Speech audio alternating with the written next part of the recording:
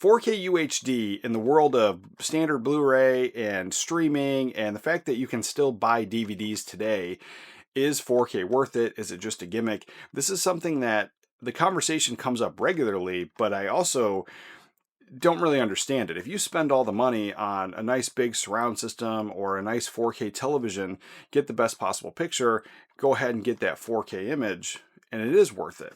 But each one is going to vary depending on your own personal needs, your preferences, and whether obviously you like the film or not. Now, particularly these two films here I have in my collection, they're the same movie. It's Bram Stoker's Dracula. I absolutely love it. I'm very biased. It's one of my top 5 favorite films of all time. So I have multiple versions of this film, but I've also owned this back when VHS, was popular, and I had this on DVD. So I've had this movie in my collection for a long time, and different versions have different reviews and different takeaways for picture quality or sound. And so that's always a conversation too to take into account. So on to double dipping, and is that going to be worth it for you? And again, that really all depends on your system, your setup, your own personal preferences. But I think it's a 3-part answer. And the first one being, a lot of the 4K movies come with either Dolby Vision or HDR, and that's just going to give you deeper blacks, more vivid, lifelike, richer colors. And a lot of times, like the brighter colors, like the blue, the greens, and the reds, like people always note when they review these movies that those are the ones that really just pop and stand out. So it's just something to take into account. If your TV doesn't have those features, I do think you're missing out. And it's just overall, for me, has always been a really good experience. Now, obviously not every 4K disc is made the same because there are movies that don't have it, but the ones that do, just overall a really enjoyable experience. Now, the second part of that is going to be the surround tracks. A lot of these 4K movies do have the Dolby Atmos, the DTSX, and having that modern surround format is totally worth it for me. I've always been a sound guy. I've always had a bigger surround system than my television, and even the room, a lot of times, like the surround system I had was just a little bit bigger than what was recommended for that room. Now, obviously, you kind of have to turn it down a little bit, but I've always been a sound guy. So having the DTSX or the Dolby Atmos on a really good Blu-ray that just really takes advantage of those surround formats, it's amazing. It just kind of blows you away and really just immerses you into the sound. So for me, that is always a huge bonus. If the 4K is going to have the Dolby Vision, the HDR, and then it's going to include a better surround track, it's usually a day one purchase, even if I already have the Blu-ray, if it's a movie I absolutely love. But then also, the conversation is the cost factor. Is it worth it for the difference in the price? Now, if you're buying the movie for the first time day one, and your choice is Blu-ray or a 4K movie, and it's usually about a $5 difference. Now, some movies have gone above and beyond that, and some movies are a little bit less. So it all depends. But on average, it's a smaller upgrade to go from Blu-ray to 4K if you don't have the movie. But if you have the movie and then justify spending the $30 or $35, that might, again, boil down to, is this a day one purchase for you? Is it something you're going to wait for to be on sale? And it really all depends again. But for me, if it's a movie I absolutely love and it's going to give me those features, the Dolby Vision, the HDR, and the better surround track, 99% of the time, it is a day one purchase. But like this movie right here, I would have never purchase this. One, I don't even know if I love the movie, but for $2 at the thrift store, this Blu-ray was a no-brainer. And then trading in a bunch of movies and then grabbing this for basically free and then being able to trade this back in and get some more store credit, it was totally worth it for me. And then at the end of the day, after I watched this, I might have to turn this back in and decide I don't like it either, but I couldn't leave a 4K there. But I never bought either of these brand new day one. And it's because I'm not sure if I love the film. These 2 movies here, I just picked them up, and there's the Blu-ray and there's a 4K here. Now, this is something that when it first came out, I saw it because I was in the military and we were on deployment and they were streaming it over to us. So I was able to kind of watch this, but I never picked it up. It was just something I just kind of missed out on, but I absolutely love it. I found this at the used bookstore, talking about Need for Speed.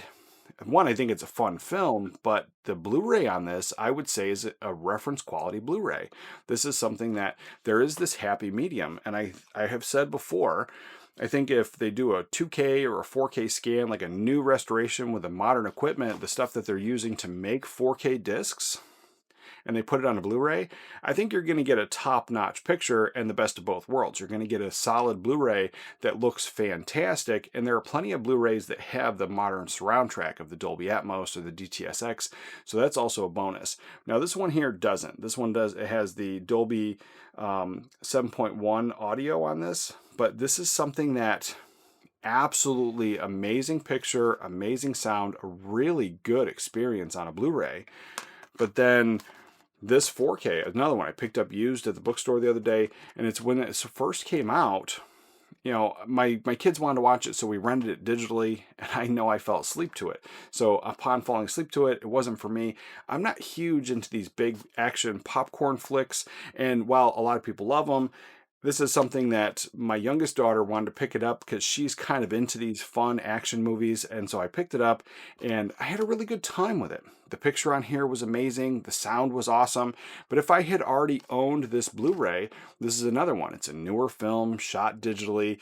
It looked amazing. Everything I've read about the Blu-ray looks absolutely amazing. Now, it does have the Blu-ray in here, but I didn't even bother to compare it because we just watched it last night, and I thought it was a good movie, and I wasn't trying to review this really old movie that I found used at the bookstore, but this was just overall great, and I suspect that the Blu-ray is perfect. The Blu-ray is going to look amazing. It's the same kind of conversation. Because I didn't have it in the collection, it was a no-brainer to pick up the 4K and have that really good experience. But then also with the surround tracks, a lot of the modern 4Ks come with an upgraded audio, whether it be Atmos or DTSX. Now, not all of them do, but if your previous Blu-ray had an older surround format and then you upgrade. Recently, I picked up Legends of the Fall. That's an amazing looking 4K, but where everything really shined was the audio track. It was better channel separation, and most of the film is fine on the older Blu-ray. But the war scene, when they first kick off that war scene and it's really loud and explosive, a lot of the sound goes through a lot of the rear channel speakers, and there's a lot of information coming out of just a few of the speakers, and so it's just kind of a little bit overwhelming, which again was always fine because that's how I had always experienced it. But then having the upgraded audio on the 4K, it was just a better surround separation. So certain speakers got certain noises, and that was a huge benefit. And so for me, it was worth it.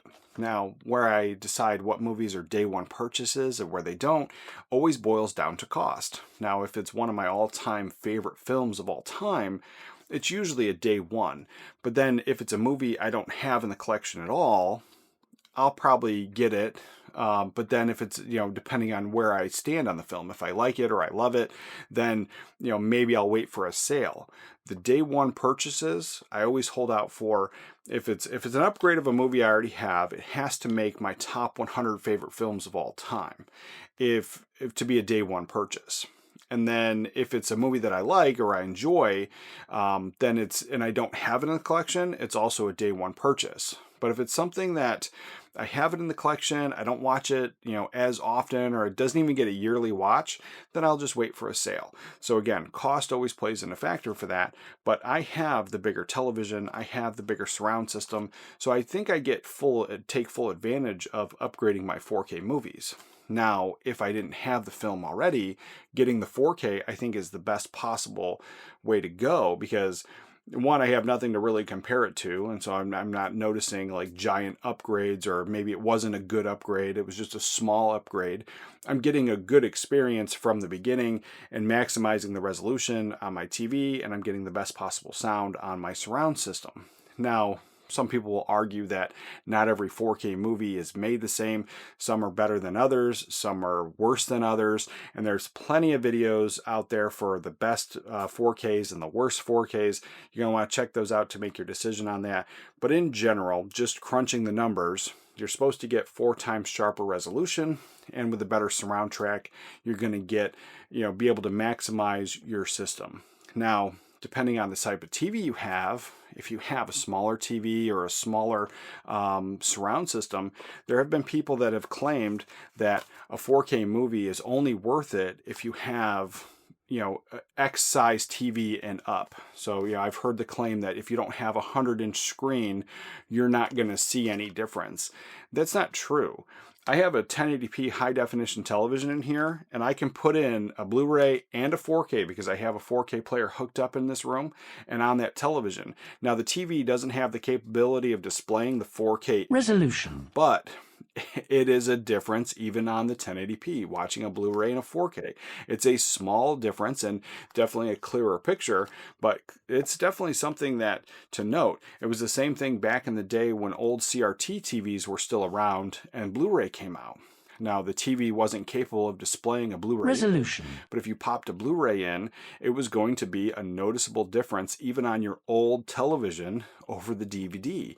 And so I think that that's just hearsay kind of conversation. It goes back to the days of when I worked at Circuit City and people would come in and, maybe they couldn't afford it or they didn't understand the price, and people would, blatantly just go, Sony's garbage because you're just paying for the name. You're going to get the same quality picture on this Samsung or this Panasonic or this off-brand Philips TV or something along those lines. And we had them all lined up, and you could see a difference in the quality and picture between certain televisions. And even though you could see it, the people would say you're only paying for the name because they didn't understand why the Sony had the best picture or why this TV had this picture. And didn't have anything to do with how they're set up out of the box. And I understand that when you buy TVs or when either they're sold in stores, there's usually demo modes that are set to be the brightest to kind of catch your eye. In general, the quality of the picture is going to be contingent on the company, and so different companies have different quality and picture, and so you're going to have that noticeable difference even on a smaller television. Now, is it going to be a huge upgrade? Is it going to be more noticeable on a larger TV or a TV that has a picture that is capable of displaying a little bit better or maybe has that HDR or Dolby Vision? Yes, there's definitely going to be a noticeable difference, but even on a 32-inch or a 40-inch or even a 50-inch 4K television, you are going to see a difference between a standard Blu-ray and a 4K. The conversation always comes up as, why are we getting this movie on 4K? Why are we getting that movie on 4K? And I think for me, the bigger whole question and conversation is, why are we not getting these movies on 4K?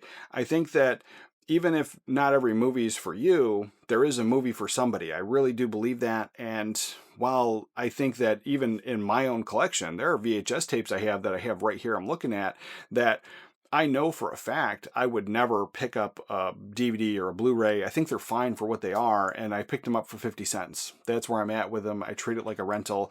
I don't see a reason to upgrade it. If the movie ever goes bad or I need space on my shelf, I'll just donate it to the thrift store. But there are plenty of movies in my collection that I would love to have on that better format. So for me, the whole thing is about preservation and preserving these films for the next generation of filmmakers. And so I think every movie should be put on 4K, but I don't think I'm going to buy every movie on 4K. Is 4K worth the upgrade? Is it worth having? For cinephiles, for people that love these movies, if you have all the gear and you're really just a tech guy, yeah, these movies are great and they're worth getting, and 100% they're day one purchases.